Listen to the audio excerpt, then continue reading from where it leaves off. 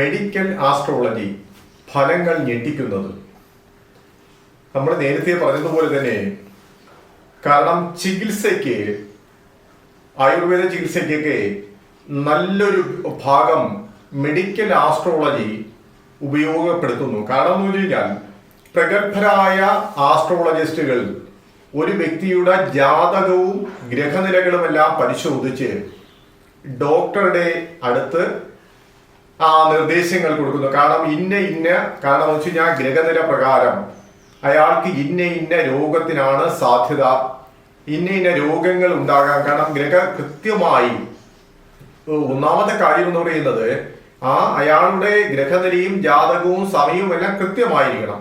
കൃത്യമായിരുന്നു കഴിഞ്ഞാൽ അത് ഡോക്ടറുടെ അടുത്ത് എത്തുമ്പോൾ, കാരണം വെച്ച് കഴിഞ്ഞാൽ ഓരോ ഭാവത്തിലും ഇന്ന ഭാവത്തിൽ ഇന്ന ഗ്രഹം നിന്ന് കഴിഞ്ഞാൽ ഇന്ന അസുഖം ആ വ്യക്തിക്ക് വരാം, അല്ലെങ്കിൽ ഇന്ന അസുഖത്തിൽ എത്താം, ഇത്ര വയസ്സിന് ശേഷം ഇന്നത് സംഭവിക്കാം.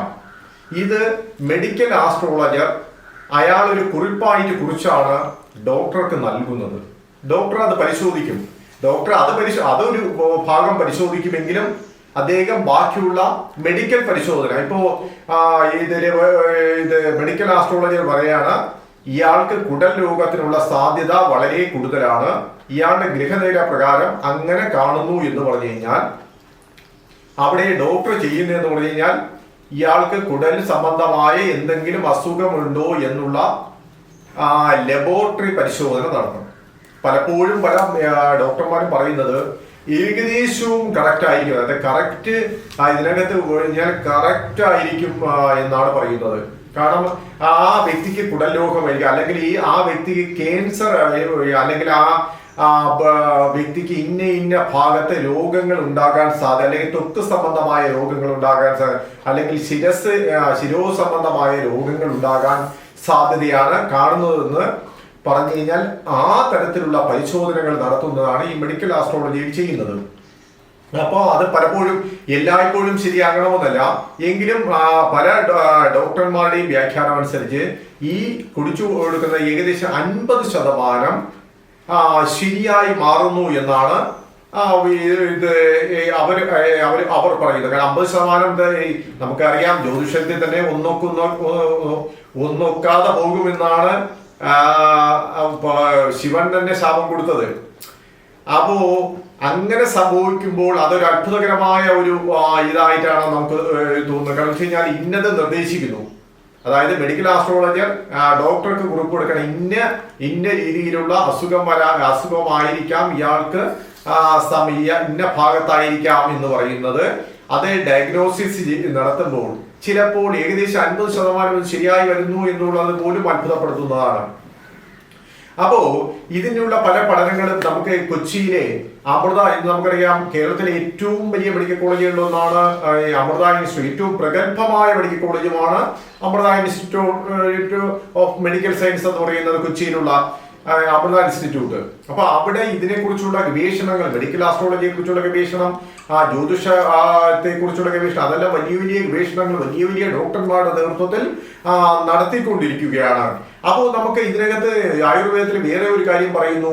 ഈ ഗ്രഹനില പരിശോധിച്ച പൂർവ്വജന്മത്തിലെ, നമുക്കറിയാം ഗ്രഹനില പരിശോധിക്കുമ്പോൾ പൂർവ്വജന്മത്തിലെ പാപങ്ങൾ ഒരു മനുഷ്യന്റെ ആരോഗ്യസ്ഥിതി മോശമാക്കാനുള്ള സാഹചര്യങ്ങളിൽ ഒന്നാണ്. അതുകൂടി പരിശോധിക്കും, ചിലപ്പോൾ അതും ശരിയായിട്ട് വരുന്നുണ്ട്. അതുപോലെ തന്നെ വേറെ ഒരു കാര്യം കൂടി എന്ന് പറയുന്നത്, പല ഇതെന്ന് പറയുന്നത് ഇപ്പൊ നമുക്ക് അറിയാം ജ്യോതിഷത്തിന് ഒരു 5000 വർഷത്തെ പഴക്കമെങ്കിലും ജ്യോതിഷത്തിനുണ്ടാവും. നമുക്ക് ഈ മതങ്ങളെല്ലാം സംഘടിത മതങ്ങൾ ഉണ്ടായ ആ കാലഘട്ടം തൊട്ട് ജ്യോതിഷവും പ്രാബല്യം, സംഘടിത മതങ്ങൾ ഉണ്ടായിട്ട് ഒരു 5000 വർഷത്തിന്റെ പഴക്കം ഉണ്ടാവും. അതേ ഒരു 5000 വർഷത്തിന്റെ പഴക്കം ജ്യോതിഷത്തിനും ഉണ്ടാകും.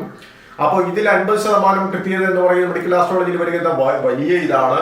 അതുപോലെ തന്നെ പ്രഗത്ഭനായ ഡോക്ടർ ഗണപതി റാവു പറയുന്നത്, ഈ മരിച്ച പല ആൾക്കാരുടെയും മരണസമയങ്ങളിലൊക്കെ അവരുടെ കൈരേഖ നോക്കുമ്പോൾ അവരുടെ ആയുർരേഖ വളരെ ചുരുങ്ങി പോയ ഒരവസ്ഥ. അതായത് ആയുർരേഖയൊക്കെ എന്ന് പറഞ്ഞാൽ വളരെ കൃത്യമായിട്ട് ഈ രേഖകൾ ശരിക്കും നന്നായി പഠിച്ച ഒരു കൈരേഖാ വിദഗ്ധന് അയാളുടെ ആയുസ്സും ആരോഗ്യവും ബാക്കിയുള്ള എല്ലാം കറക്റ്റ് ഗണിച്ചെടുക്കാൻ സാധിക്കുമെന്നാണ്. കറക്റ്റ് എന്ന് പറയുന്നത് എല്ലാം 100% പെർഫെക്ഷൻ ഒന്നിനും ഉണ്ടാവില്ല, എങ്കിലും അതും ഒരു 50-60% അത് പെർഫെക്ഷനോടുകൂടി ചെയ്യാൻ സാധിക്കുമെന്നുള്ളതാണ് പറയുന്നത്. അപ്പോൾ നമ്മുടെ മെഡിക്കൽ ആസ്ട്രോളജിയും നമ്മുടെ ഇടയിൽ ഒന്ന് വളരെ നല്ല ശക്തമായി മുന്നോട്ട് വന്നിരിക്കുകയാണ്. അപ്പോൾ അത് പ്രകാരമുള്ള ചികിത്സകളും, കാരണം ഈ മെഡിക്കൽ ആസ്ട്രോളജി പ്രകാരം എന്ന് പറയുമ്പോൾ ഓരോ ഡോക്ടർമാരും ജ്യോതിഷൻ മെഡിക്കൽ ആസ്ട്രോളജർ പറയുന്നതല്ലല്ലോ കേൾക്കുന്നത്. കാരണം അത് ഡയഗ്നോസിസ് ചെയ്യുകയാണ്.